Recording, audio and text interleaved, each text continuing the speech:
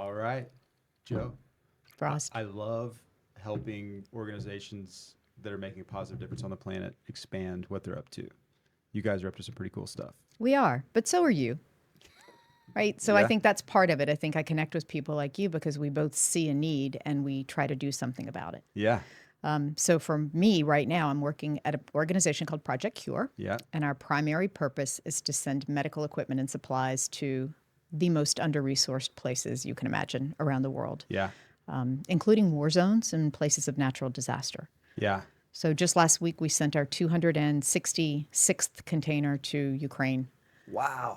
As since the in, beginning of the war. y'all have sent 266 containers to Ukraine. Since the beginning of Since the the war. beginning of the Yeah, war. we've been working in Ukraine since about 2000. We worked a lot in Wow. orphanages and some of the under-resourced areas in the north and kind of close to the north and into the east. But since the war, we had our first shipment there 7 days after Russia invaded. Wow. Yeah, so What's that like? it's intense and it's sad and we celebrated last week on the 24th. We had a container leaving Houston, and so the consulate general Vitaly Tarasuk came to our warehouse. Wow. And it was this moment of marking 4 years that day since Russia walked across their borders. So there Wow. was solemnity and there was sadness and recognition of lives lost, but then also this great hope that groups like Project C.U.R.E and others still send containers and are still working. So it's, I don't know, it's a push and a pull all the time. You wish it wasn't necessary, and you find joy when you can help, and deep sadness that the world needs help. Yeah. What is it like logistically trying to get containers into a war zone? Our team, I mean, we've gotten containers to the top of mountains in Papua New Guinea. We seem to be able to get containers almost to anywhere. Anywhere, any place, anytime. Truly, we're struggling in Gaza. Yeah. We're not the only ones, humanitarian aid in general. Yeah. But we would, early on, I think we went through Poland. Those so early days, we would get our containers to Warsaw. We would transload, take it out of one Yep. truck and put it in the other and drive it across the border. And now we just kind of move them any way we can. And we're not going all the way to the front. Okay. That's just not safe for any freight forwarder, but we have warehouses and hospitals and partners lined up like all along, even in the Odessa region, which is pretty constant drone attacks. So we can get them close, and we just work with freight forwarders who are willing. Wow. Once you get them to the country, Ukrainians will get them where they need to go. They're an amazing group of people who are willing to take risks to help themselves. What's in the containers to Ukraine? Depends. So everything from hospital beds and consumables like bandages and all those things to maybe it's a specialty hospital. So you have a lot of interest in cardiac issues. Okay. So we've done a few of those specifically for maybe child maternal health, or a surgical hospital that might be working specifically for veterans, or there's a cardiac facility that's working for seniors and now they can't get to Kyiv. Wow. Right, because that's where their big hospitals were. So we try to strengthen civilian hospitals that have been impacted, both because they've been hit and also because now the referral hospital is part of a war zone. Interesting. And then we also do frontline work like field transfusion kits. Right. Who knew? Who knew we would ever be asking for field blood transfusion kits? Wow. Yeah. So coolest thing. I was so, and I hate to even say cool, because do you ever say cool in a I war know zone? it's tough, but no, the work y'all are doing is cool and important It and is meaningful. It's tough. But Consulate General Tarasuk was telling me now they're even dropping drones with the exact blood type and transfusion kit that a wounded warrior may need in the field, because they're in the trench, they get hit, they can't safely get them out because drones are behind them and artillery in front of them. Wow. Right? So they phone it into somewhere, they drone out life-saving items, they drop those items in the trench, they stabilize the warrior, and then when they can, they put them on a sled with a little robot that's attached to a stretcher, and they back them out as far as they can till they can get them to an ambulance. Get out. I know. And you kind of want to think, oh, that's fabulous. And then you remember why. Why? Yeah. And you think, that's horrible. Yeah. It's both. Right. Yeah. It's both. So we put things on containers that can be used either on-site in a facility or dropped into a trench. I have a friend that's a blood transfusion kit guy that I should reach out to. Oh, you and should. Maybe there's some collaboration there. Do it. If y'all I'd need love more to. of that kind of stuff. Love to. Always. I mean, we always need. That's the biggest part of my job is there's a consistent need for finances, right? Any of us in the nonprofit world know that. Yeah. And some days it's really, really depressing that the thing that stands between changing the world and changing the world is money. Yeah. But it is. And then we need the stuff that we send. Yeah. So we are in constant relationship building with hospitals and doctors' clinics and you name it to Yeah. ask for their things. So Houston being, one of the biggest, medical center in the world. Yep. Do you have a lot of great relationships with the hospitals here? We're lucky to do so. So Houston Methodist, Memorial Hermann, MD Anderson, all the HCA hospitals. We have some longstanding agreements, and we send these giant containers that kind of go into their shipping area. Okay. And then up in the wards or in each department, there's a big giant red trash can with our logo that's clean, cool. not just a trash can. Yeah. And A so bin. yes, Nice a bin. bin. Let's call it a bin. Yes. It just happens to have Rubbermaid on the side. And the nurses and the doctors and everyone that know about us will put items that are usable, non-expired, but maybe they've taken too many into a patient's room, so they can't put it, whatever it is, back into inventory. Like an extra thing of gauze or Exactly. some crutches or whatever. Exactly. Okay. As long as they're sealed and new, then it can't go back in their inventory, but it can go in our bin. And then Cool. we collect all the time. But we also are looking for, we need x-ray machines and sonograms and all those types of things too. And they're harder to get. No matter who you work with, it's tougher to get. Right. Yeah. And I know you guys have multiple centers around the country. Mm-hmm. Tell me about that. So we have 7 warehouses. They're Okay. each about 50,000 square feet. That's a big warehouse. It is. You saw that. So Yeah. what did you think? What was your first impression when you walked Well, in? so I was at the M3 conference this 2 weeks Yes, ago, or whatever, yes. Paul Osteen's deal at Yeah. Lakewood, and was connecting with Samaritan's Purse there, and they've got that. What's the acronym? DART, I think it was. I don't know. So Direct Access Relief Trauma. I'm messing up the acronym, but they've got 3 I don't remember what it was, 747s, these giant airplanes. Oh, yeah. Ready to rock. Yep. And they've got Yep. hospitals pre-packaged in a warehouse that they can send an entire hospital on one of these airplanes to one of these war zones to help out. Wow. It was so impressive learning about that. Wow. And then while she was telling me about that, I was like, oh, that's what Project C.U.R.E does too. Y'all don't have the exact hospital built out ready to send, but you have Right. all of the things to come alongside the current hospitals. That's correct. Yeah. We do. That's amazing. I wish I'd seen Dude, them. it's I was cool. only there for half a day, lots of reasons. But Yeah. so that's in each of our 50,000 feet warehouse, we probably have multiple centers, right? We might Right. have one big hospital and 2 small health centers worth of items, but it's anything you can imagine, from syringes to, we just did a container to Ethiopia this week, and we sent a phlebotomy chair. Okay. Because if you were sitting in a lab somewhere in a community and you're kind of sitting on a broken chair, or Yeah. you're sitting on the floor, Yeah. all of a sudden a phlebotomy chair becomes really important. Yeah. And with that, we send microscopes and we send centrifuges and blood shakers and all these small items that help a lab diagnose whatever, Right. malaria, Right. because they couldn't diagnose it before. But it starts with being able to have a patient with some dignity sitting in a comfortable chair Yeah. and having their blood drawn. Yeah. I never thought about that until I went. Yeah. And when I walked into some of the first health centers in Ethiopia, that was my first trip, and I saw doctors sharing stethoscopes. Wow. One of my first facilities had 20 medical professionals. They were doctors and registered nurses and some midwives. And they had this locked cabinet. It was one of the nicest pieces in the whole facility. And they unlocked the cabinet and showed me oxygen concentrator, the oxygen Yeah. measures for your Oh, fingertip. wow. Sphygmomanometers or blood pressure cuffs, and Okay. stethoscopes. And there were maybe 5 or 6 of each. And they had to share them between the entire medical Wow. staff. And they would have to check them out. Wow. know. And these are things that you can go to Walgreens here and pick up. Shoot, I did during COVID. Yeah. I got my own little blood pressure thing. Yeah. I got my own oxygen. I was going to lay at home and measure my demise. And I got it all from Amazon. And these guys couldn't order it somewhere if they wanted to. Golly. I mean, that's the thing that really hit me deepest is even if there was money, even if they had Ethiopian birr, Yeah. they're not logging onto an Amazon or a Walgreens delivery. It's just not there. It's just not there. That was amazing Not to me there. when I toured your warehouse. And I remember seeing like bins full of like crutches and canes Mm-hmm. and walkers. And I was like, I mean, come on. Do they really need that? Surely they got that stuff. And you're like, nope. No. And if you've ever come with us, you'll have to come with us on an assessment trip. We just did a trip to Nigeria. Okay. in an area called Ogun State. It's a very small rural area. And the assessor sent back a photograph of a young kid that had broken his leg. And the leg was set with 2 pieces of cardboard and some really strong packing string because they do not have bone setting kits. Okay. So the doctor was able to line up the bones, but the only way to hold it in place without casting items or anything else was cardboard and string. Wow. That's it. And don't even start with pain medication. And so when that kid's able to walk again, we will be sending crutches or a wheelchair or whatever he might need.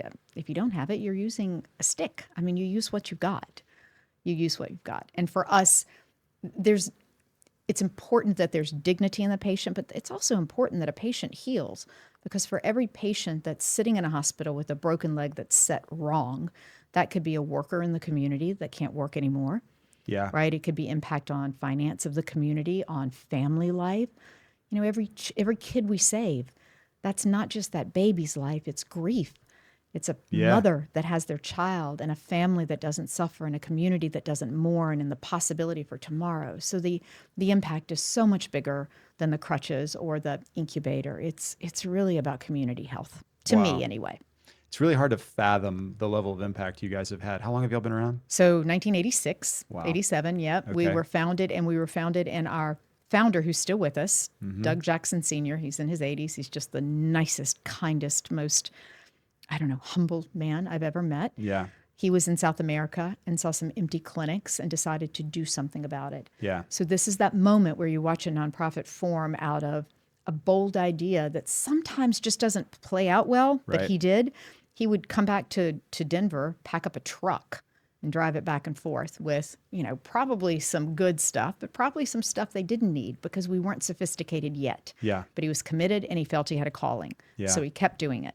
And then we got very, very quickly, we got sophisticated and we started doing assessments. So we go into those countries, into the clinic, and I sit and I meet with the doctors and the nurses and the patients, and I test their electricity. And I look at their ceiling. If you Wow. want OR lights, does that ceiling look like it can hold an OR light? Maybe you need a portable light. Okay. Right. So we do all of that now. But when we started with a dream and a calling. Yeah. And we've turned that into something that is not just sending 40 feet of stuff. It's sending 40 feet containers of curated items Yeah. for that facility. And that's big. That is I big. mean, that's really big. If you're a birthing center and we send you physical therapy equipment, who's that going to help? Nobody. Right. Nobody. But if you are physical therapy center in Ukraine and you're helping rehab soldiers that have lost limbs, that's the stuff you need. Yeah.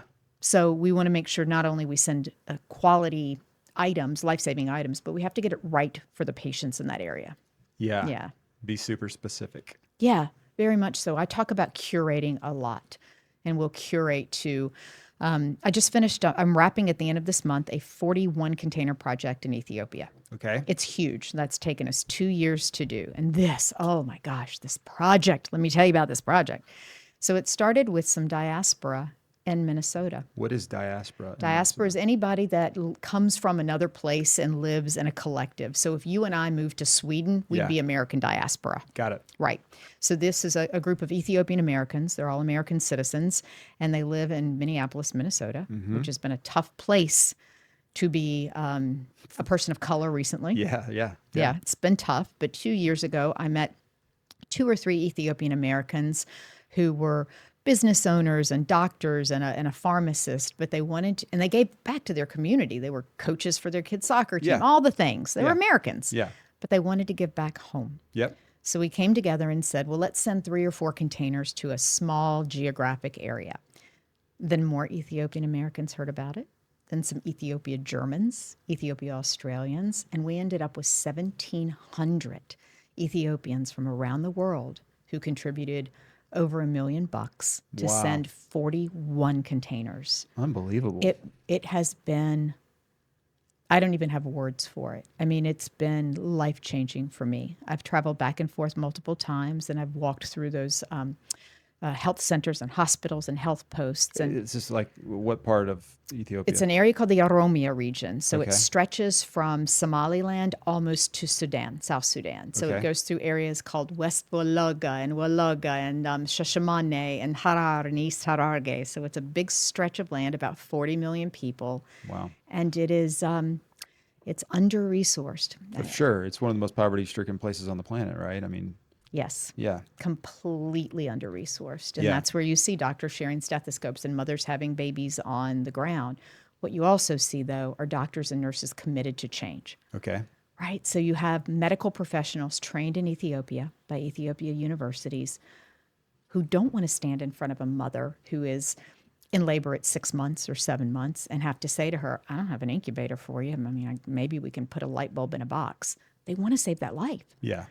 These are For sure. highly trained, incredible, passionate people. So we married our work with medical teams and universities in Ethiopia, the government in the Oromia region, and the diaspora from all over the world. In a time when USAID funding was going away Yep. and all sorts of other things were happening, this to me is the success story. And it's the success story of the American immigrant. Yeah.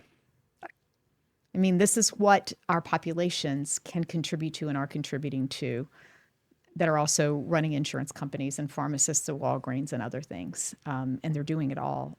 It's been, So 1,700 people, and the connection for that was just like wildfire. I mean, oh, how did that go like down? WhatsApp, Really? like wild WhatsApp.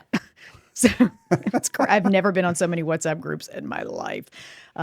Each little hospital, so you know how many hospitals, just up and down here, you've got all the little orthopedics right Sure. outside on Oh, I-10. yeah. So picture everybody that was treated or everybody that knows a doctor at each of those groups starts their own WhatsApp. Okay. So every hospital, every facility has a WhatsApp. Okay. And the families know each other in that region, in that area. Okay. And they reach out to other family members and they put me in it and they do big WhatsApp meetings and I get on and I do virtual tours of warehouses and I share with them what we're doing. And Wow. yeah, it is nights, weekends, you name it. And we just tell the story over and over and over Yeah. about the cost of not doing it. Wow. This is what's going to happen. And when we go there, we do a lot of lives for each of those communities. You know, we'll hear things like, well, I think my community's gotten better in the 20 years since I've been gone. Okay. So when we go there and visit and we do a Facebook Live from the hospital, they get to see firsthand, oh, it hasn't changed. Oh, wow. Yeah. And then you'll hear stories like my mother lost her life in that hospital, having a baby, or my friend, Dr. Nuruddin Sule, who is the pharmacist at Walgreens. You know, he still has family in that area, and those family members still suffer Yeah. because there's no medical Equipment. It's really the equipment, and sometimes just the supply. Yeah. Right. It's sometimes just I can't do a blood test on you because I don't have a clean syringe. So you've got qualified people there to do the treatment. They just don't have the gear. You do.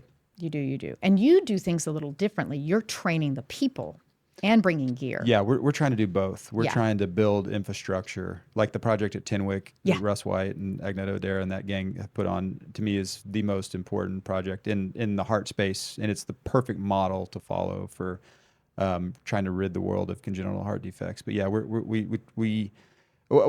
let me back up. We help every kid we can. If we can fly one kid here to Houston and get them surgery at Memorial Hermann, we're going to do that. Absolutely. If there's an open slot at a OR somewhere and qualified ICU to help these kids, we do that. Yep. But the long-term solution, there's between rheumatic heart disease and congenital heart defects, there's call it 1 million kids a year that basically die from fixable heart defects. Right. So don't get me too started, but it's one of the biggest killers. It's fixable. It's fixable. Yeah. And building these cardiothoracic centers not just helps the cardio kids, but it helps a kid with diarrhea. It helps a kid with malaria. It helps a kid with premature births. Just that having that high end ICU.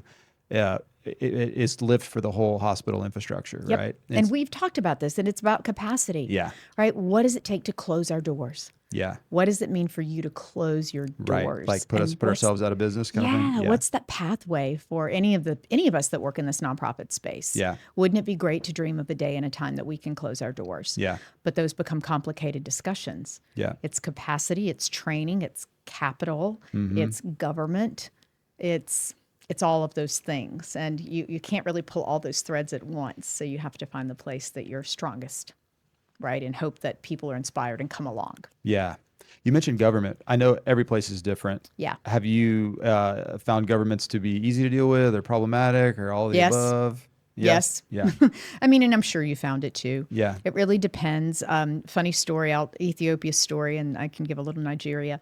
So we send converters and transformers with all of the plug-in material, Oh, the I never thought about biomeds. that. Oh, every Oh my piece. gosh, because electricity is Oh different yeah, everywhere. step down, step. I'm not the electrician, so our Yeah. teams know that better. I Unbelievable. promise our teams know. So we either send step down or step up, and we send a converter plug as well Wow. as the transformer. So we list them on the inventory list as transformers. In Ethiopia, we were stopped at customs because the Department of Energy wanted to come out and see these transformers we were sending into the Oh, country. got it. So we got a cease and desist. It Oh was my only for gosh. about 3 containers and it moved quickly along. But there was this big like drama happening around customs, and we were stopped at customs and we couldn't figure it out, and the left hand wasn't talking to the right hand, and what it came down to is they thought we were inappropriately bringing in large I get that. electric transformers into their country. And Yeah. we have an in-country partner who's amazing, who took out the box and kind of went, Transformer. transformer, here you go. Yeah. So the Department of Energy went, oh, okay, never mind. Yeah. We're off. But every customs is tough. I know you experience it too. Even carrying in supplies for clinics, there is Yeah. always paperwork in process, paperwork in process. So Yeah. it's challenging.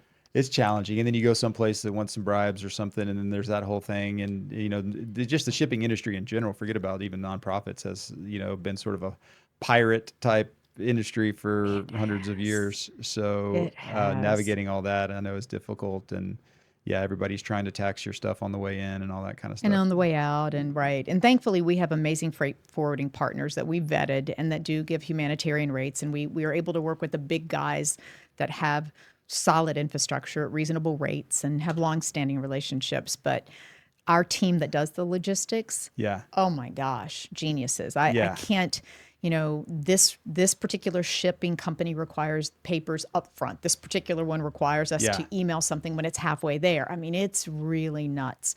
And each country, it's no different than the US, right? The Department of Labor in some country may not talk to the Ministry of Health. Sure. And so we're sending in items for medical doctors that maybe the Department of Labor is supposed to approve Right. because maybe they have all the oversight of the doctors in government hospitals. So it's all this complex stuff, which is no different than trying to get your Medicare here, I would That's assume. fair. Yeah. It's just complex. And so you mentioned local, I think I can't remember the word you used, local partners or Yeah, local yep. folks working on this for you. How important is that to have those guys in country? Oh my gosh, I can't even express. So many times we'll have a project that could have a very passionate person here in the US. Maybe that's a church Okay. or a religious group, or it could be a Nigerian American who Yeah. hasn't lived there in a very, very long time.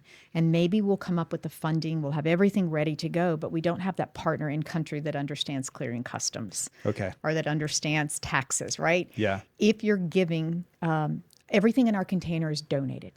Yeah. It's donated to us and donated to the partner. Yeah. So there should be zero value, Okay. right? Okay. So what our partners fund is the shipping cost. That's it. The items in that container are all donated. It cost us $0 and it's costing the partner $0. So Yeah. it all should go in tax-free as a humanitarian donation. Yeah. If you do not file the correct paperwork in advance, there will be someone at a port somewhere going through that list and looking at the boxes and going $10, $50, $120, and they will put a value on those items and then send you a giant tax bill. So that's one way not having an in-country partner can just paralyze a partnership or paralyze a project. How often is that an issue for you guys? Not so much anymore. Okay. We've gotten much, much better at that. Yeah. And we recommend and we can refer to freight forwarding company partners in country and say, you should go to this clearing agent and talk to this guy. He knows what he's doing. But every once in a while, you'll work with a partner who says, I have a cousin who does this. And maybe they have for retail or Coca-Cola or something Okay. else. But humanitarian aid is different. Got it. So not having someone in country with some of that experience, you're subject to tax, you're subject to items being turned away. If you don't know expiration date requirements, Okay. right, it's so for us, it's incredibly important. What's that country's expiration date requirement? 2 Unbelievable. years out, 18 months out, 3 years. So we have to sort things to meet that. And there have been times that we've had U.S. partners say, that's not a problem. We can get an exemption letter. So send it 2 years when it really shows on their website 2.5 years for whatever country. And then we get it there and things can't get in. So we've learned very much that our relationship with ministries of health, with an in-country clearing agent, and with an in-country nonprofit, because they know they do it every day. Okay. Same thing is here. Yeah. Right? You get so much more done if you are in the animal welfare space, if you know and understand the animal laws or whatever that may be. It's just about knowing. Yeah. It's about knowledge. Yeah. You have to marry your heart and your passion with real knowledge Yeah. Okay. all the time. Are you thinking of shipping? No, I'm thinking I'm glad I'm not in your space. That is logistics. Wow, that's such a well. What I'm thinking of, when you were talking about that, I've got a friend Solomon that just shipped a container full of stuff to Kenya, and That's I a know that's a tough hard place to country. ship to, Whew. and so yeah, it sounds like, he's doing that with another friend of mine that's just retired from the shipping industry, and I think they're getting it done. But I would imagine like your crew is probably way more, they know how to do Kenya.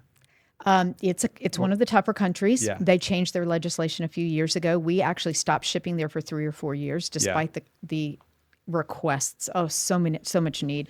We're just now getting back in the country because we have 2 in-country freight forwarding clearing agents that we have vetted over and over to make sure that they are the correct partners for Project C.U.R.E. And Yeah. we finally found a pathway back in. But if you look in South America, we can't ship. We can't work in Brazil. We can't work in Chile. We can't work in those countries because ministries of health and importation laws and rules are so tight that they just don't accept the kind of humanitarian aid we can provide. What do you mean don't So, accept? They would tax it or possibly, or for example, in Brazil, they will not accept any medical device that's more than 5 years old. So okay. sometimes we'll get we'll get ICU beds that are 6 or 7 years old. Okay. We certify them all. We have biomedical Yeah. engineers that repair, and you've seen the sheets, the checklist and the sheets so that everything's working. But we can't get exceptions in those countries. Kenya was much that way as well. So consumables, no problem. If you want 2 years out from expire date, that's much easier for us. But if you want biomedical equipment that's no more than 5 years old, most hospitals aren't giving that to us. They just aren't. It's still quite usable in that hospital, so they're going to use it. Yeah. Some manufacturers will donate, not many. So when you're looking at beds or suction machines or some items that are really, really workhorses, 7, 8 years is like brand new. And we just cannot change the policy. We can't change the policy. Wow. Okay, so talk to me about numbers, all the numbers. So, how many countries are you guys in? How many containers are y'all sending? What does it cost to continue to, all that good stuff? All the good stuff. Okay. So last year alone in 2025, we sent 240 containers to 46 countries. Wow. Now we have worked in over 100 countries, 130, but that number kind of rolls every year. We will have core countries like Ethiopia, Ukraine, Cote d'Ivoire, Ghana, those countries, Guatemala, Panama, we tend to work in almost annually. But Papua New Guinea may be a container every 2 or 3 years. Got it. Laos may be a container once every 5 or 6 years. So last year, 40 plus countries. We don't go without being invited. Okay. So that's why we're not working with 130 plus countries every year. We Yeah. don't just kind of show up and say, you look like you need some stuff. That's not who we are at all. Well, I think that's really important too, because a lot of people, make that mistake when trying to implement their plan on someplace else. Yeah, So, they do. yeah. And it's all starting with a good heart, right? Yeah. But there's something about that partnership and there's agency in that. Right? Totally. I listen to those doctors because Yeah. they know their patients better than Yep. me. Yep. So yes, that agency, the doctors, the nurses. Our GIK value, I should know it off the top of my head, but our gift in kind value last year was somewhere around 69 or 70 million US dollars in gift in kind that was sent to all 40 plus countries in each of those 40-foot containers. So the number of people that we impact, that's hard, right? Yeah. So how we look at it is when we go into a facility, I ask, what's your annual patient count? What's your annual birth? And how many patients do you refer out? So we kind of get this data and we crunch it all down. So our goal is once a container arrives, I can't tell you how many people that stethoscope is going to save. Sure.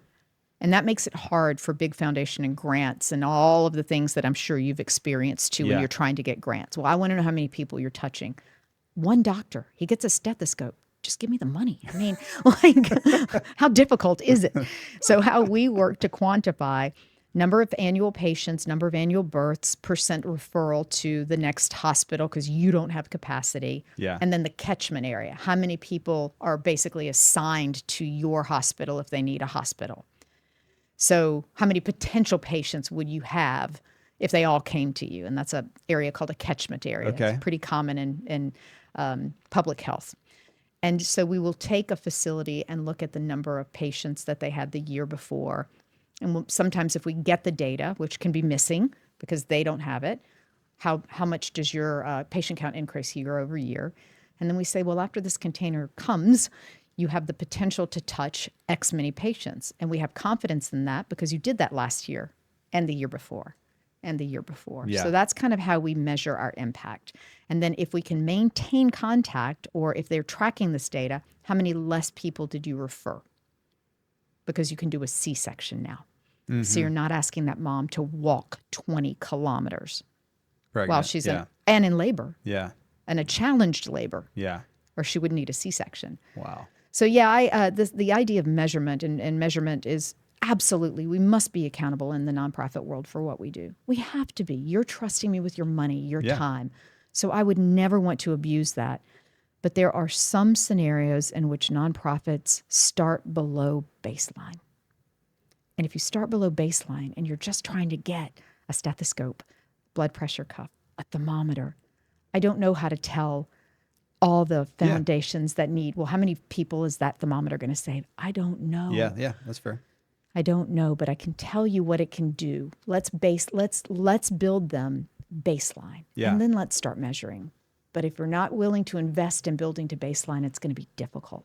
I know it's different probably country to country. What's the average shipping cost for a container to Oh, get you it did somewhere? ask that. Yeah, well, you're right. It does depend. And in Africa, so if you're on the east coast of Africa, we're still at like 30,000-ish Yeah. door to door. And that means from any one of the 7 warehouses in the U.S. to the front door of that facility. Yeah.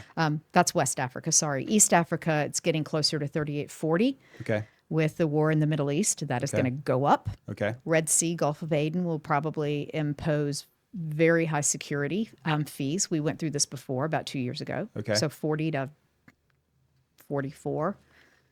And all of the eastern area, Sudan, South Sudan, Ethiopia, that God, that that seems quadrant. expensive. It is. Wow. It is. And then in Guatemala, we were just working a lot in Jamaica after the hurricane. And so Okay. that's closer to 28, 27, because we're very, very close. Mexico, 27, 28. We just drive right across the border. Okay. Yeah, so it becomes easier. And it is expensive, but having said that, every single container has on average between $350,000 and $400,000 worth of gift in kind items. Okay. So 10%. Those, yeah. Okay. And those are measured by us through our audit firm's approved wholesale and retail pricing guides. Sure. So we don't make that up, and then that's audited as well. Yeah. So yeah, if you are an investment person and you're looking at the numbers, that's your investment. This is your investment to save lives in your community. Yeah. You're spending 10%. Yeah. 10% to get a ton of stuff to Right. some folks in need. Exactly. So we have those smart philanthropists who that makes sense to them. And then there Yeah. are other philanthropists who say, you know, I watched my mom die of heart disease because they didn't have anything, they didn't have any EKG. Yeah. So I watched her die. They didn't have paddles, so she died of a heart attack. I don't care. Here's the money. Let's get the EKG. Yeah. And I get that as well. Yeah. So it's, you know, philanthropy has a lot of different sides that inspire people to give Yeah. share of wallet. For sure. What hits your share of wallet? What makes you decide today I'm writing a check to save whatever it is? Sometimes you just feel it, and sometimes you do your homework and feel, you know. Yeah. Yeah. I think about that a lot, especially your work with the Greater Houston Community Foundation. There are homework-driven donors, Sure. and I love those guys. Yeah. And I think they're as equally passionate as the heart-driven donors Yeah. after they get a taste of the mission, Oh, for sure. right? Yeah. Like, oh, this makes sense to me. And then you take them wherever, whatever, if it's environment or, I don't know, saving whales. And then they see that whale breach for the first time and they think, I'm in. I don't care about the numbers anymore. I Yeah. want to save it. I'm saving Yeah. orcas. So why this work for you? Oh, I mean, oh my you could do gosh. anything. Why, like what, when you went on your first trip or you went on some trips, like what grabbed you about this? Well, I've been in nonprofits my whole life. That's Yeah. all I've ever done. Yeah. I don't know what it would be like not to be in nonprofits. Okay. My husband came through retail packaged goods and energy, Okay. and he would get excited about, pricing of the open market of energy. And I would think, oh my gosh, do we have to talk about this again? But that moved him for some reason. I know.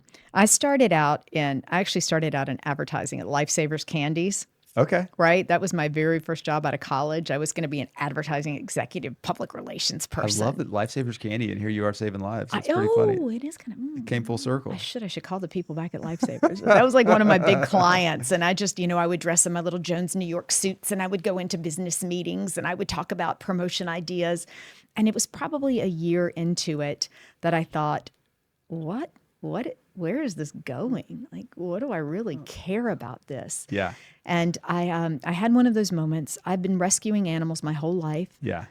Since I was 5 or 6 years old, I would, find the kitten in the neighborhood all my whole life. Yeah. And I thought, is there money? Like, there's a job in this. Yeah. And so I ended up understanding the nonprofit world because the for-profit world made no sense to me. Yeah. And I started at the ASPCA in New York City. So Cool. I started at the top, man. I didn't start at my local shelter or Yeah. I started That's at the a cool experience. ASPCA. Yeah. And for me, I thought that the ASPCA was a brand, like Lifesavers. What I didn't understand is there's this entire nonprofit world, and that if you had passion for something, you could save it in a different kind of nonprofit. I was so naive. I had no idea. So I was at the ASPCA for about a decade. I had the honor of putting together, for people that are old enough to remember, Sarah McLachlan sang Arms of the Angel and Ask for Money for Pets on TV. I put together that program for them. Cool. I did some really great stuff with a CEO who became my mentor. I still consult him today. He taught me about servant leadership. Cool. He taught me everything. And that's a long-winded story. After a time in animal welfare, I found myself a little burned out. Okay. It was really difficult to see the kind of abject animal cruelty that we Yeah. still impose on critters in our lives. Sure. And I needed a break from that. Yeah. So I decided I would look at human suffering. I know, right? You'd think maybe I'd go work at a candy store, but no. Sell some ice cream. Let's go see what humans look like when they suffer. I didn't know how to do anything else but help. And for I you. just needed to look through a different lens. So I went back to school to get my master's in social work at University of Houston, go Cougs, to give me a point of reference in the human world, and then kind of found Project C.U.R.E. That opened my eyes completely to international relief. I'd never thought about it before. I mean, I knew, like anybody knew. Yeah. I watched Sally Struthers too.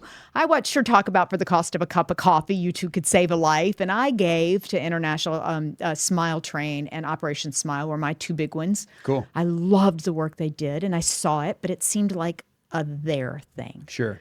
I want to support that there. Yeah. And then I got put on a plane to Ethiopia. I'd been in this role for 6 months, and I stood in one of those facilities. Yeah.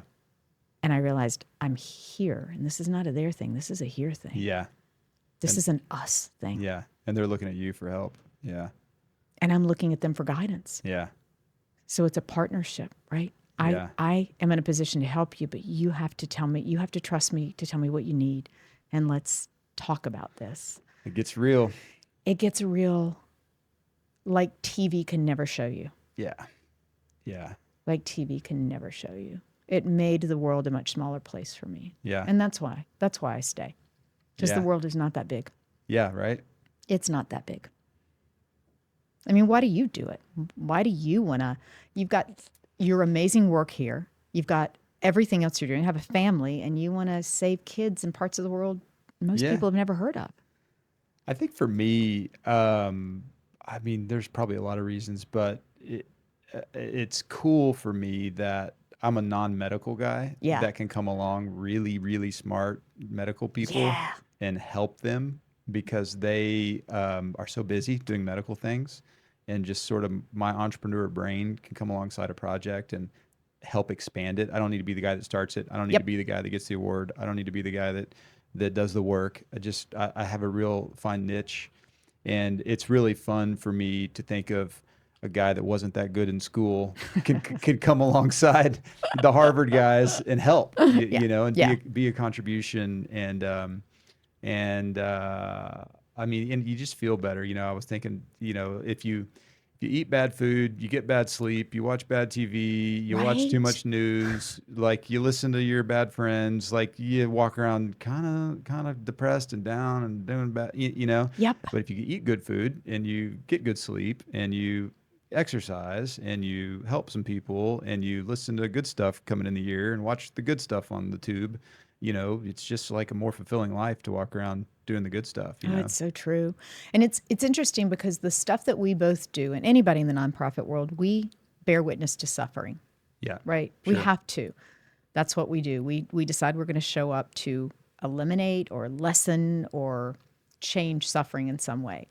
So we have to have strength for that. And so you're right. It's hydration with water. It's good food. It's no gossip. So it's the Mm-hmm. bad stuff. When I changed the way I thought about showing up for myself, Mm-hmm.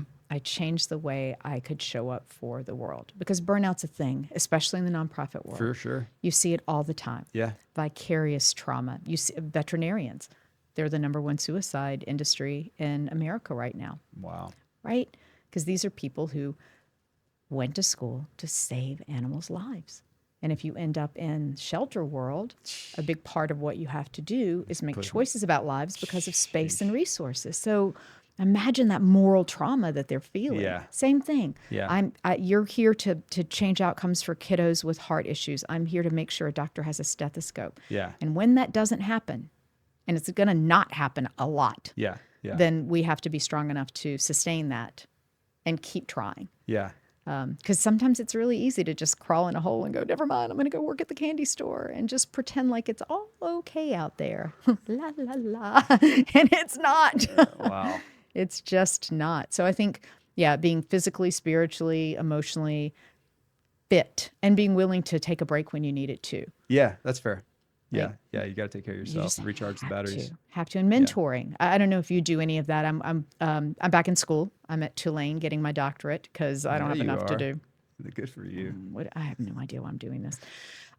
Yes, I do. That's not fair. I know exactly why I'm doing this. But part of that, I've met some younger professionals that are in the master's level program, and they kind of partner with us in the doctorate level program. Nice. And just watching them have these same thought processes I did early in my career. Like, I'm going to save everyone and I'll burn myself out if I do it. I'll bring you home with me and I'm going to take you to the hospital and I'm going to, build you a house and. And then you just wake up one day and think, I can't do this one more minute Yeah. because you burn through all you got. Yeah. Yeah. So Yeah. being able to talk to this new generation and saying, you're not going to listen to me. You're going to build somebody a house and take the other guy to the hospital and you're going to have those 17 dogs living in your basement. But at some point, you're going to remember that I said, you got to help you first. Yeah. You got to put your own mask on. And I think that's important, because there's so many great opportunities to help folks out there, and just finding your niche and staying in your lane, you'll end up probably making a bigger impact than if you're kind of scattered all over the place with burnout. I think so too. Yeah. But you can burn out doing almost anything, That's right? true. That's fair. I mean, you could burn out if you decide you're going to be the person that provides every unhoused person in Houston with a blanket for winter. Yeah. And then you face the policy of you need to go through the appropriate channels before you hand things out in homeless camps, or if Wow. you're going to provide food. So there's always something, right? So Yeah. you're right. Kind of what's the thing that makes you smile the most? If it's Yeah. rescuing kittens, do that. Yeah. Yeah. If it's yeah. helping unhoused, go somewhere that's already doing it and doing a pretty good job and ask to volunteer. Yeah. Like, be part of the community that does it. I don't know, I tend to find people that want to save the world can sometimes be lone wolves, right? I'm going to dun-da-da, here I come to whatever, Yeah.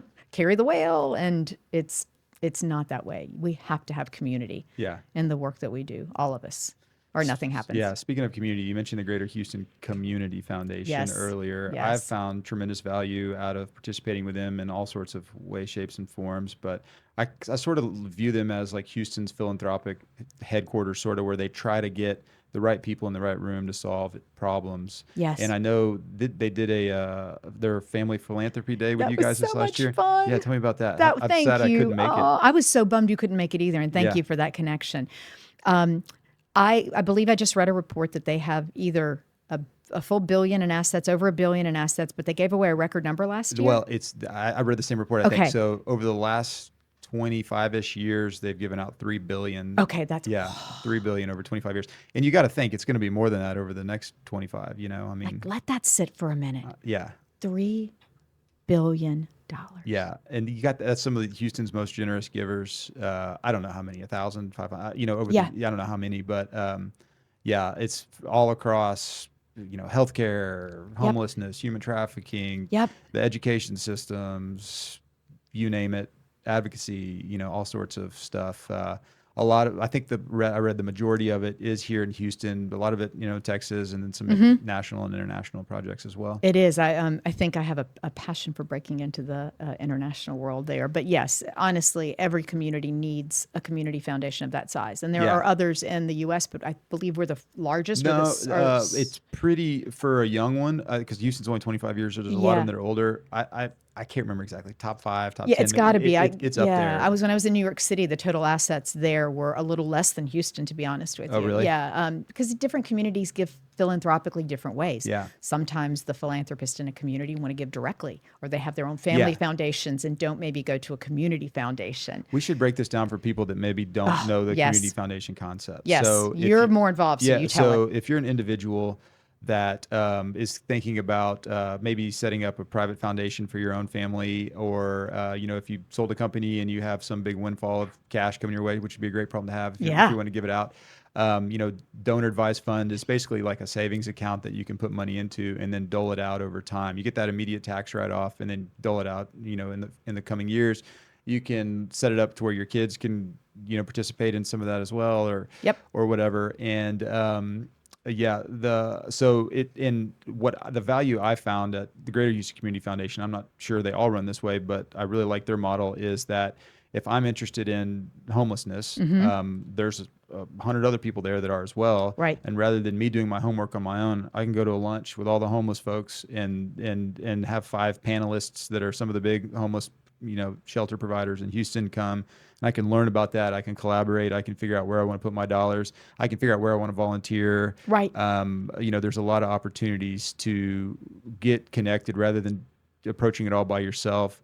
And housing your sort of savings, your donor advised fund or your savings Yep. account at the community foundation, they take like a teeny tiny little piece of it, and that helps.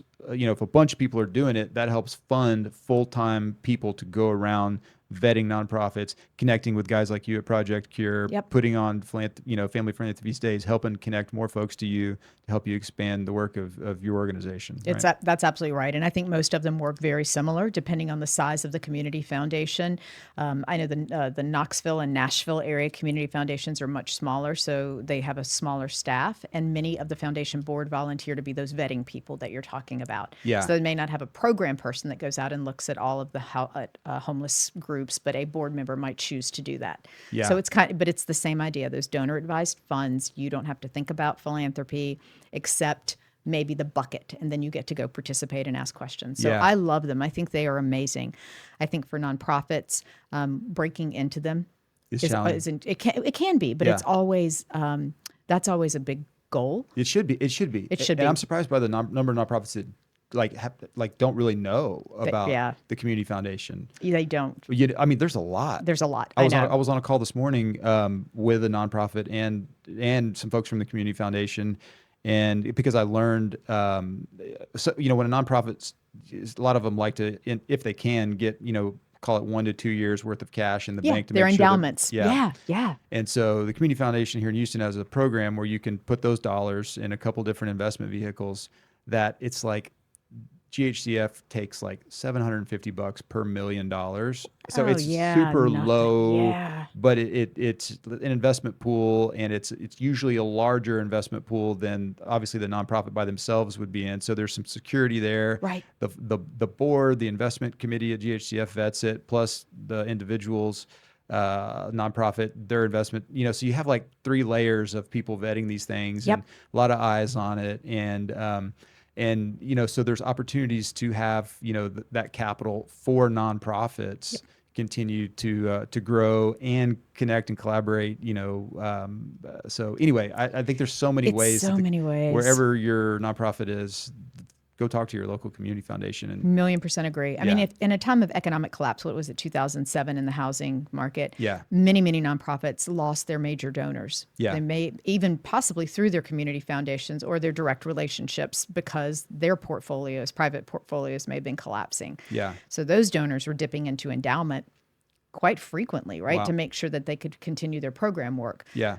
Most nonprofits that had a giant pool of low dollar donors, so lots of donors between $25, $100, less than 500, but you've got 600,000 of them on your donor file, like an ASPCA or a St. Jude or some of the big ones, they weather those storms much better and don't have to touch their endowments. So Yeah. there's a whole world about that. But back to the event that you were able to connect us with, we had a ball. Cool.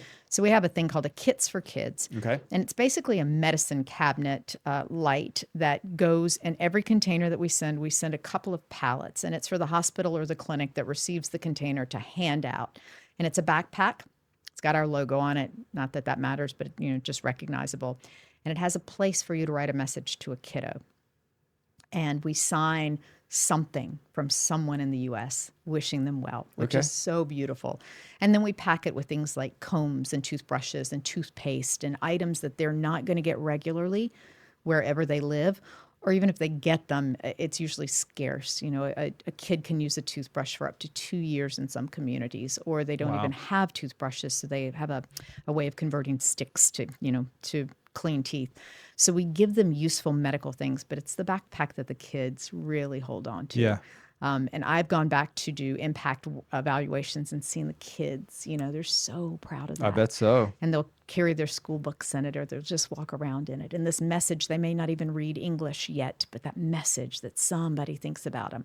So we packed and signed 500 that day at the Greater Houston Wow. Community Foundation Family Day. It was magical. And I got And kids are coming to kids, help pack that was the these. fun part. So I Yeah. had a whole bunch of pictures. I hadn't really thought about this because the table is long and there's a bunch of stuff you have to set up to put in the bag. Yeah. I wish I'd thought ahead of time. I'll do it next year if they invite me back. I pulled my computer up and I started showing pictures of the kiddos that I'd met. And I started teaching the kids that were at the packing event some words in Ethiopian and a Panaromo, like thank you, galatoma, galatoma. And so I was teaching these kids words and saying, I think you look about 7. This kid was 7 and here's his story. Wow. And, it's a picture of me with that kid. So they know that I have that connection. It was magical. It was magical. All of those bags all went to Uganda. Every single bag we packed that day went to a container in Uganda. Wow. Yeah, we put them all on Uganda and maybe some on Ukraine, but mostly Uganda. So, yeah, so that's the beautiful part. What other volunteer opportunities are there for people, or what are your needs as far as volunteers to come help you guys out? That's a great question. I mean, like any nonprofit, fundraising is always a big one. So Yeah. we are consistently, I had talked to you about this and it's actually growing very well. We're building an ambassador board here in Houston. Oh, yeah. Cool. And it's going very well. We have representatives from several oil and gas, several hospital, and community members in general and volunteers. So this is a group of people that may be professionals, so they can't come into the warehouse, which I'll talk about in a second, but they believe in what we do. They think what we do, whether they think it is that we are helping people around the world, Yeah. or they get that we were keeping millions and millions of medical viable material out of landfills. Because that's what would happen to all of this if we weren't taking and quality So there's controlling. environmental. So there's a Yeah. huge environmental component. Yeah. I mean, imagine you saw our warehouse. Yeah. Every Ton of bit of stuff. that would have been in trash, Yeah. even Wow. though it's within date, still usable, sealed in packaging. Side note: are there a bunch of hospitals that throw stuff away that doesn't? You know what I mean? Like, is Are- it? Yeah. What's that landscape look like? Yes. So the best example, I always tell this example because I heard it when I first got here from a guy who was in supply chain. He came in and got a great deal on gloves. And so Okay. we ordered 18 months worth of sterile gloves for his facility. I won't name the facility. Okay. Without checking that the inventory also had about 9 months of gloves already sitting. So he got his great deal on gloves. He realized they have zero storage for it. Okay. And so he called us and said, "Can you come and get like 9 months worth of gloves that are," Okay. yeah. So you see that a lot. Okay. There's overstock and no room to store. And are there hospitals that y'all don't have relationships with? I mean, I know there's a bazillion hospitals here in the U.S., but I'm like, sure. I mean, of do course. y'all want more hospital Heck relationships? yes. Okay. So that's part of this ambassador board that I was talking about. We've got a couple of things. We actually, medical teams are part of the new committees on ambassador board. So we're looking for people that may be doctors or nurses or professionals that do not have time to come and sort and volunteer. Okay.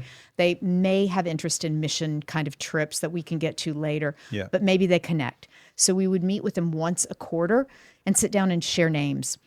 That's it. You know, who do you know that here's our list of hospitals, our 500, 1,000 hospitals across the U.S. and hospital systems like Oh, wow. HCA, because HCA is in all 50 states. Okay. And we're one of their signature partners. That's awesome. So we would say, here's who we've got, and here are our regulars. Who do you know that we don't? So that's part of this ambassador board system. It's not that much time commitment, but boy, are you making a difference. Or what if you know somebody that owns a biomedical distribution center? Yeah, we get all the old X-rays from you name it hospital system. Some of them we decide that we're going to recycle. Wait, don't give them to us. Let's see if our biomedical can fix them like new. If they can't, we will recycle. We will not send anything we cannot make like new, but don't just give up on them. There are warehouses all over this country of retired biomedical equipment Yeah. just sitting. Yeah. And we have to getting our hands on that would be key. So that's kind of one volunteer bucket. Okay, got it. It's we call it an ambassador board. There's no fiduciary oversight in the way a traditional board looks like, but you Yeah. get tasks that make sense with your work career and your connections. Yes. Then it is come to the warehouse and help us sort stuff. Yes. We do that so much. We do it with, we have Halliburton come in, Cheniere Energy, we have Baylor, we have schools of medicine at Tillman Fertitta at University of Houston, huge corporate groups, internships out the wazoo. I love our interns, and we quality control. That's an easy day. You don't have to be an expert in anything. Just come in and have fun. Sort boxes. Sort boxes, and sometimes I'll even do sip and sorts for the right amount of donation. I put some wine and cheese and sorting on really big things That's funny. that are very clear with expiration date. We're not That's going to have pretty you funny. sort little stuff. So got some wine and cheese. We've done birthday party sorting. Oh, that's cool. Yeah, right. So somebody wants to do something different. They Yeah. come in and have a party upstairs where you met me in that Yeah. big open area. That's a great space. And then they go downstairs and they sort boxes for a Get to couple work. hours. Yeah, that is critical. Professional volunteers like biomedical engineers and Yeah. technicians. We have relationships with San Jacinto. They have a biomedical certification program, so they intern with us. We have biomedical engineers and technicians that oversee all volunteer. That would be great. If you're newly retired, come on out. And then lastly, drivers. So even the pickups that we make around the community are done by volunteer drivers. We have a big giant box truck and we go around and we pick up from hospitals. So there's so many ways to get involved. Or throw me a house party. I'll come and talk to your friends at your house. Yeah. Do a Texas barbecue and let me come in and share with you what happened to me in Ethiopia and the experiences that I've had. Yeah. It's as little as that. Yeah. If you believe in changing healthcare outcomes around the world, we will find a role for you. Cool. Period. Yeah. And it could be standing up in our warehouse. It could be having a luncheon or a dinner party. You could have your birthday party there, and I'll bring out some really cheap box wine because we're on a tight budget. Here's your box of wine, some Cheese Whiz and Ritz crackers. Cheese Whiz. Well, look, That's our funny. overhead is 2.9%. That's low. That's insane. Yes. Wow. So for those people out there that do not know the nonprofit world, we're Wow. usually looking most nonprofits that are operating kind of in an acceptable range or somewhere between 30 and 40% of all funds Yeah. raised go to overhead. Yeah, And that yeah, is yeah. reasonable. Yeah. Right? 240 plus containers a year, 7 warehouses in the United States, hundreds of relationships with hospitals and doctors' offices and Stryker and Hillrom and manufacturers all over the world. Wow. 56 assessment trips, which could see up to 10 hospitals at a time, report writing, analysis, measurement, quality control. We do it all with 35 people. 35 people with a budget of We're 18 million. Yeah. If you look at our GIK value, it gets us closer to 100 million, 80 million. 100 'Cause million with yeah, gift in kind. yeah, but cash Yeah. 18 million. 18 million a year. Yeah. That's it. 2.9% is Wow. spent on overhead. Wow. So we're scrappy. So if you do your birthday party there, I will probably have scrubbed your toilets before you got there. Then I'll put on a little nice suit with a logo on it. I slick my hair down, make sure I'm not got any crud on me. I'll set out your Cheese Whiz and box of wine, and then I'll tell you all about what we do Cool. and the pleasure that I got of handing a doctor a stethoscope for the first time. Wow. Yeah, and then you'll have some fun. You'll sort some things, and then off you go. So any volunteer item. You can find a opportunity. spot for anybody that wants to get in the game. Yeah. Yeah. What's your biggest need, volunteer wise? Sorters, bio people, your board people.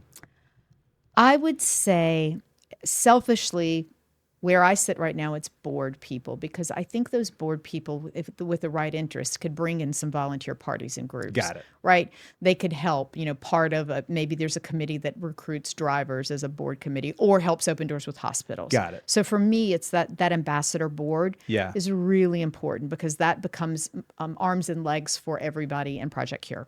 Yeah. And then we can sit as an ambassador board and prioritize. Yeah. We can say, what's the capacity to take on 6 more hospitals?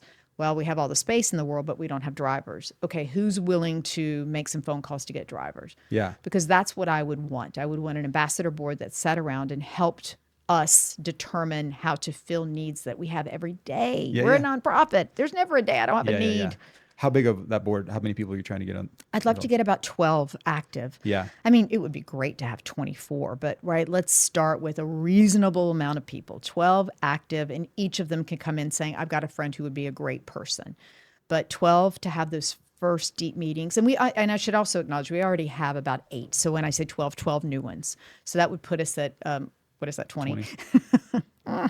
She's very smart, fingers and toes. So 20, including the ones that I already have, because we are represented. We have representation in oil and gas already, and energy. And now I just want to expand. Houston's so diverse. So if somebody's listening to this, like, who do you need? Like, Do you care yeah. that a mom will die on her way to giving birth at another hospital? If Yeah. the answer is yes, Yes. call me. And let's seriously, and Yeah. let's talk about what your time and your capacity may be. Yeah.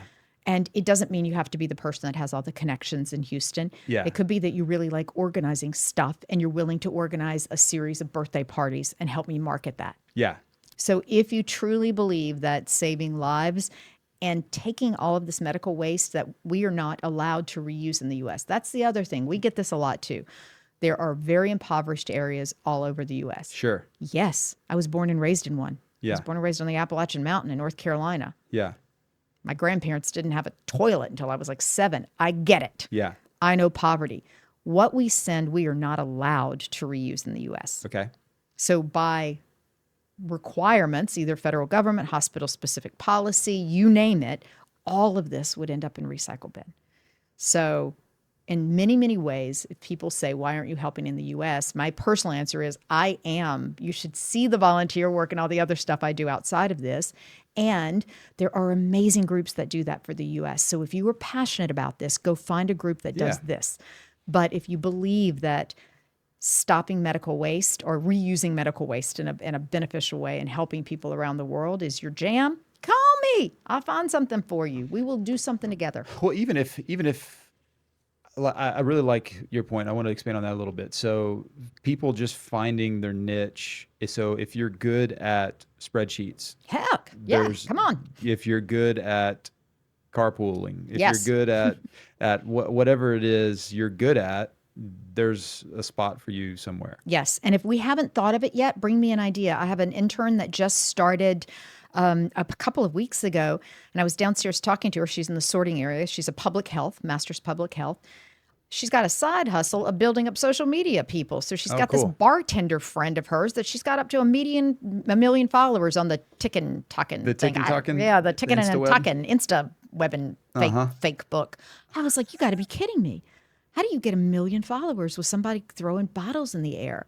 That's amazing. Yeah. So now all of a sudden I'm thinking, I wonder if I need I a wonder if couple I of know any social. 13-year-olds out there that can help me Yeah. with this. Is there somebody, or is there an advertising or social media company here in Houston? And the answer is yes. Mm-hmm. Who would maybe want to have or has a person who believes, or maybe they're from Nigeria and Yeah. they want to give back in a different way. That's cool. Do you see how global this community Yeah, is? man, it's awesome. We get all the members here at the gym. It's just like the perfect melting Everybody, pot. Yeah. everybody, wherever you are from, especially if you're from Central South America or a Northern African country, not as much South Africa, or Ukrainian Americans, call me. Yeah. There is something we can do together because the world needs it. Yeah. And your heart needs it. Yeah. Your Yeah. heart needs it. That's true. It really does. You don't know it until you see that container arrive. And then all of a sudden you go, oh my gosh, that's that container that I had to, fight to get 17 blood pressure cuffs because we were out of donations. So I called 15 hospitals and I finally got them. And now look at that nurse using it. Yeah. What about a small doctor's office? Can you get a Rubbermaid bin in there and collect stuff?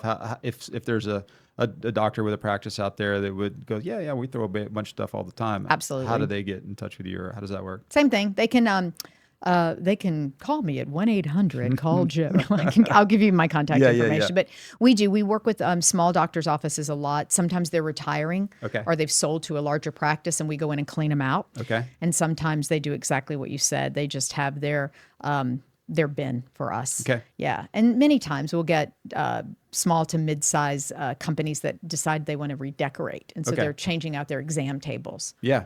Right? Yeah. That's one of those things that plugs in. So you're not really in those countries that we can't work in. They need it to be 5 years old. I'm like, it's an exam table. We can make it go up and down for a long time. Do you ever need stuff reupholstered? Are any of those tables that are cut up or messed up or anything? The answer is probably. If you I do, haven't. hit me up. We got the upholstery shop. Oh, right. next door. Yeah. Oh, right. Yeah. I don't know what we do. We do something. 'Cause Anyway. we don't send stuff all cut up. It could be that we just may not accept it, but maybe we should figure it out. If Okay. it's easy, we're Side happy to note. help. Yeah. There you go. Exactly. Yeah. Tell me what you do and do well, and I'll figure out how to plug it in. Yeah. It's exactly what we need. So, yeah, I think ambassador board, but also if you're not sure what we're about yet and you want to learn, just sign up for a volunteer shift. It's a 2.5-hour shift. You go to our website, you click, I want to volunteer, you find Houston, you sign yourself up. You come in, you look around at the warehouse and go, holy shite, look at all of this. Yeah. You talk to myself and the other employee, because there are only 2 employees in that That's 50,000 foot incredible. warehouse. And that's why you got such low overhead. You got such a great group of Yeah. volunteers. So it's me or Jenna Peard, who is our operations director.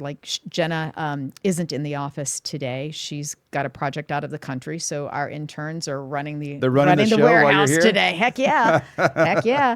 Because they know what they're doing. We train them. We continue to train them. Then we give them independence. So if you are a public health intern, if you're a Okay. social work intern, if you're a nurse, we have business interns, engineer interns. It's a great place to do that too. We got Man, something for everybody. you And we are- have snacks. You are a one-man band. They're lucky to have you. Water machine and snacks. What more could you want? Wow. And you get to save lives. So yeah, I think that's why I'm at Project C.U.R.E. That's why I'm in the nonprofit world. That's why I'm there. That's cool. Yeah. I mean, I can't imagine any of us being in this world without wanting to change something for the Yeah, better. I think everybody wants to. I think it just a lot of time people just trying to figure out and have the confidence. Look, I mean, I remember being young and walking into a boardroom full of the most impressive people I'd ever seen. And I'm in my 20s and Yeah. they're 60 and bukus of bucks, really smart, the best people in their industry. And I'm like, what can I contribute that these people, you know what I mean? That's an interesting thought. you know what I mean? I'm over Yeah. here should I raise my hand about this? Or, you know what I mean? Yeah. So I think, just like you mentioned, just sign up, show up, and then you'll figure it out. Just get in the game. Honestly, when you're in your 20s, people in their 40s look like they're in their 60s. So That- I maybe that remember was it. that. I kind of Yeah. remember that too. Yeah. They're so grown up. They're 42. Now I Yeah. feel it deeply. But yeah, I hadn't considered that. But you make a really good point, especially the younger generation. I sound so old, but volunteerism is big before you get that first paycheck. Okay. Right? If you have a Yeah. social conscience, whether it's political activism or whatever, it's a big deal. Yeah. And so some of our communities have a young professionals portion of their ambassador board. Sure. In Chicago, they do a volleyball game out on the lake, Oh, that's fun. which is a lot of fun. In Kansas City, the young professionals do a pickleball tournament. They put it together themselves and figure it out. So yeah, if you're young and you don't know if you have relevance, the answer is you do. You do. Just sign up, show up, you'll get it figured out. You'll get it figured out. Get off the court, get in the game. Or ask a mentor. Look Yeah. around. Look around at somebody old at that Yeah. table and say, "You look like you know what you're Yeah. doing. Can we go to lunch? Give me some tips. Do it." Yeah. That's what I believe will save the world is. And I would think every generation probably thinks that, but we can't stop thinking that, or nobody's ever going to save the world. So we have to think the next generation behind us will. What cities are you guys in? So we are in. Oh, okay, hold If on. you can pass this I can do test. this. We are in Philadelphia, Chicago, Kansas City, Denver, Arizona, Houston, and Nashville. Okay. Is that 7? It's close enough. Yeah. Maybe. Did I say Chicago? Yeah. And Yes. each of those warehouses is about 50,000 square feet. So it's all about the same. And so do donations come in from places outside of those cities Oh, too? yeah. Okay. So we have great relationships with some of the trucking companies. So American Movers, sometimes Walmart, if they're driving an empty truck across the country because they've delivered a load, we can hop in and they'll pick up from, I don't know, Portland or other places and bring it to a close warehouse. Okay. And sometimes we had a couple in Florida. They're passed on now, and it's so sad, but they just believed so much in what we do. They rented a little storage unit, and they would go around and collect themselves and get a U-Haul and drive it to drive for it to them. Nashville for us. So even Hey, that's what you need to do in your retirement years. Anybody out yes, there listening? anybody, or if you want to train to be an assessor, Okay. because that's a skill set too, right? Yeah. So Oh, so you would go in country? yeah. Oh, wow. Yeah, we look for people. You don't have to have a medical background. It helped me having a social work background, but Yeah. you could do it. Yeah, you could Anybody train could do it. somebody to You do could it. do it. All of us could do it because you get really in-depth training. You get lots of pictures and hands-on with what those medical equipment and supplies look like. Yeah. And for the places that we serve, you're not going to be looking at a heart-lung machine or a MRI. You're really looking at the basics, Got it. right? Maybe a sonogram or ultrasound. Yeah. So we train you. You go on a couple of shadow trips. When you have confidence, we will send you on your own. So if you're that person listening and you think, that's what I want to do, I want to go in country and make a difference, call me. Wow. You ready to train? I can get you trained. Wow. Come on with me. That would be really fun for some folks. That would be super cool. You get trained to go in and assess the needs and come back and report, and Yeah. it's pretty cool. You build the report, you do all the things. Yeah, I'm getting ready to work with, I'm hoping that we will be doing an assessment pretty soon.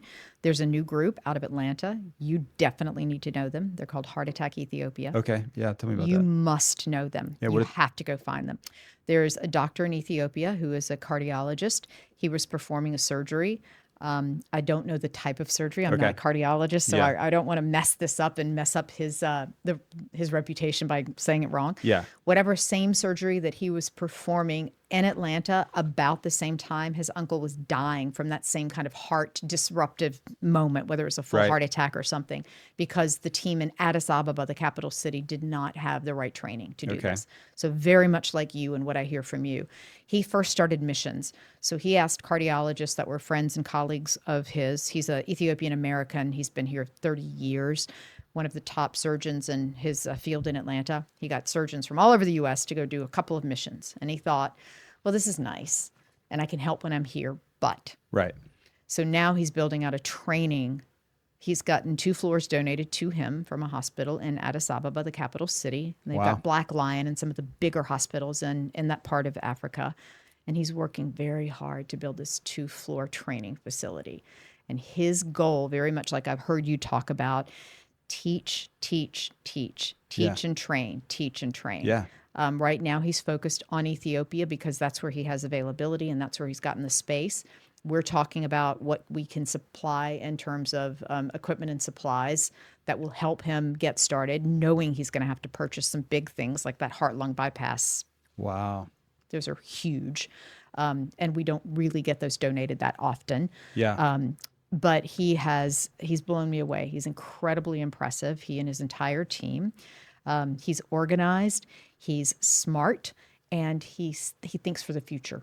Okay. He thinks about what that looks like down the road. He's a builder. He's a builder. So that's one of the groups I'm working with. And then there's another group in Nigeria called Access Heart Foundation. Okay. They're focusing specifically on kiddos with heart issues and Get heart out, man. disease, and they're building as well. That's my jam. Yeah, and their tagline is one heartbeat at a time. That's cute. Isn't that cute? So we are working on, we just got funding for one container for them. They're going to need multiple containers because they are building a facility. This is great They are news. building a facility, and I think they've got the money for the facility. They're looking to support 1,000 pediatric patients in their first year. What? Yeah, I don't know what That's they're. big. Yeah, is it okay? That's So big. they may need you. That's They may big. be dreamers with money that need somebody like you. Yeah, well, it depends on how you define support, Yeah, right? It right, just like screening or right, surgeries or cath lab. There's a lot, right, but either way, that's 1,000 kids that aren't getting care that are now getting some level of care. That's right. pretty big. So those are the two groups that when I heard and met with them, I thought, "Oh, I got to tell Frost about these guys." And Nice. I think both of them, my dream someday, it would be to pull all of these guys together on a big heart call, right? All the groups that you've worked with or helped build, these guys, because they all are saying the same thing. Yeah, They're saying long-term sustainability, and they all must feel to some extent like they have to build their own wheel. I know. So how do you get these guys on Well, one funny you should giant mention that. call? Because I've been meaning to talk to Paul at M3 about that. Like, if you had a breakout session, right? Oh yeah, Right? that's it. You have them all on a panel together. You fly them in. Whoever's in that space, and you could have a theme to that medical mission conference That's it. around the hearts, right? That's it. Or the Greater Houston Community Foundation. We're Right. sitting in the largest medical Yeah. center in the world, Yeah. and those are big recipients of donations. Yeah. Those hospitals from our donors here. Yeah. Is there a connection or a desire between the hospitals, the donors, and educating internationally? Yeah. Would they sponsor a day for, whatever that looks like? Yeah. Because there's a lot of triangulation there. And just so much like on the job training when you're building a program and mistakes. Like I was talking to somebody, a group this morning. They're looking at open multiple locations for providing free healthcare for folks here in Houston that don't have Yeah. access to care. And they're thinking about a multiple location model. They have one successful one now, and I'm like, hey, we have 6 locations here at the gym. We've made every mistake possible on multiple locations. Like I can save you a big headache. Like Right, right. and I'm sure that's the same for these folks. What I did wrong. Yeah. Like building these heart programs, Right. there's some real, knowledge there that they can share with one another to Right. save each other a lot of headache and help expedite things, You may be the smartest cardiovascular person in your hospital, but if you've never had to set up your own clinic, Yeah. the idea of budgeting and overhead and Yeah. what's the right staff ratio, all of And that. the humans to launch something are different than the humans to maintain it. Right. Yeah. Those are different people. Right. Right. And just personality wise. Right. It's an interesting thought. And I bet that differs by country too. Probably. Yeah, because what expertise will you have in that particular country? Do you need a nurse that's specifically trained in cardiovascular work, or can you train someone? Like, what do you need? What's your out of the gate staff list Yeah. look like? Yeah. Yeah. And you need high energy people like you Right. and me to get something off the ground. And then you want kind of, I don't want to say low energy, but medium energy to help maintain, that slow and steady. If you keep too many high energy people in the slow and steady part, they're constantly going to be wanting Yeah. to change something, or you know what I mean? I do. So I think just a lot of people don't realize that your kind of startup CEO is different than your slow growth CEO. Yeah, I'd never really thought about it, but Right. But I can talk to you about medical equipment and supplies and why, if you get consumables donated that you don't think you need because you can get them in country, the price difference between what you're going to have to pay, because it's going to be much higher than what we can send on the container for 6 months, and what are you going to take that budget savings for and buy a what? Chief of operations, Right. right? You're going to add, I don't know, 2 new pieces of equipment. So it's all of that. And I see that, yeah, that would be my dream, is to be able to sit around. And we see this a lot in cancer centers too, especially in Africa. Okay. There is a absolute need. I mean, the lack of treatment for cancer diseases across the board. A lot in female because lack of exam. They're not doing preventative at all. Got it. They're not doing breast exams. They're not doing cervical exams. Yeah. It's partly it's not part of the culture. Yeah. Partially it's not trained. Yeah. So what happens if somebody like a Paul or someone here in Houston in one of the med centers says, we're going to actually pay existing cancer centers to send over 2 people from their operations out of 10 countries, and we're going to spend a week with you. Yeah. And we'll do 2 weeks on biomedical, or 2 days on biomedical, 2 days on business, 2 days on employee, 2 days on record keeping, whatever. I don't know what those needs are, but the change that a person can take back. Yeah. Yeah. Hearing Paul's story about when they sent the IT guys from Yes. Lakewood over there and it totally transformed the whole. So Yes. it doesn't matter what your niche is, there's an opportunity to help folks. It doesn't matter, but Yeah. it's also that sharing of common the two groups that I was telling you about have a passion about heart disease for whatever reason, right? It's touched them for some Yeah. reason, lost a family member, whatever.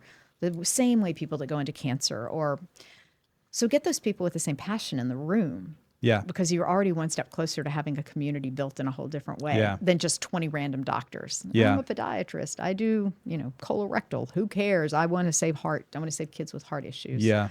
I appreciate your colon. Go over there. I'm looking at this kid's heart. So to me, it's that community. I feel very strongly about that. I love that. So Heart Attack Ethiopia and Access Heart Yep. Foundation. And where's Access Heart Foundation They're in again? Nigeria. Nigeria. Yeah. Yeah. Yeah. Cool. They're awesome as well. Cool. Lola, it's a mother and daughter who just had a passion and they talk about high energy. I mean, Lola has found her way to every international conference. She's trying to connect with HCA, who's just opened hospitals in Great Britain. I mean, she's incredible and she won't stop until she has built and fully outfitted and starts saving kiddos' lives. It means that much to her. And I love that. How much of that does she not have to do alone, but she doesn't know it yet? Yeah, exactly. All That of is us. cool. Yeah. For all of us, how much of the work that you do you not have to do alone? But we don't know until we see somebody else and go, oh, look at you. You could have helped me 6 months ago when I was crying in the corner. Yeah. I'll remember that next time I'm headed for the corner. I'm going to call you. Right. It's so true. Building community, that's the ambassador board. That's what we do. That's volunteerism. That's all of it because the world doesn't change if we don't do that. Amen, sister.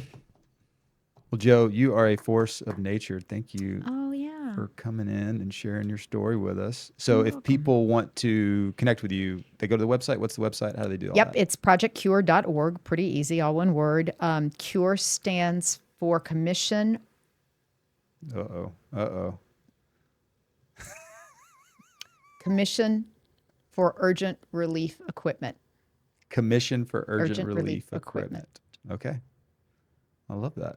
I hope my CEO doesn't hear that, and I hope Doug, that I was right. we love you. Doug, Give us some we grace here. totally You love got you, so Doug. many acronyms. We Right. can't keep It up was with it all. pressure. It was We pressure. got I felt very numbers. pressured in this interview to come I up know. with something. You so. named all the cities. I You did. hit I did the You got the things. numbers. What was it? 46 countries, 240.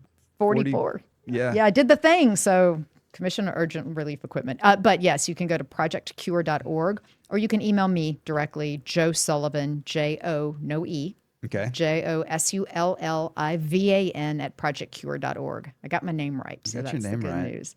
Yeah. So anybody that listens to your podcast or friends of yours or works in a place that they think I've got a this is- shipping buddy that I want to connect you with. do it. Yeah. Do it. Do it. Do it. Yeah. You've been a fantastic connector. I would love to connect you with these two heart Amen. programs and just talk. And there's a heart program in Minnesota that trains internationally too. I just found out about Oh, them. They cool. send some doctors from Mayo Clinic and they go training places specific for cardiovascular issues. I have no idea what they do, but I think of you whenever I hear it. Yeah. Because you could be the repository. Well, and that's I've been trying to work on like an AI repository type thing. that's right. Right. Yeah. How's that going?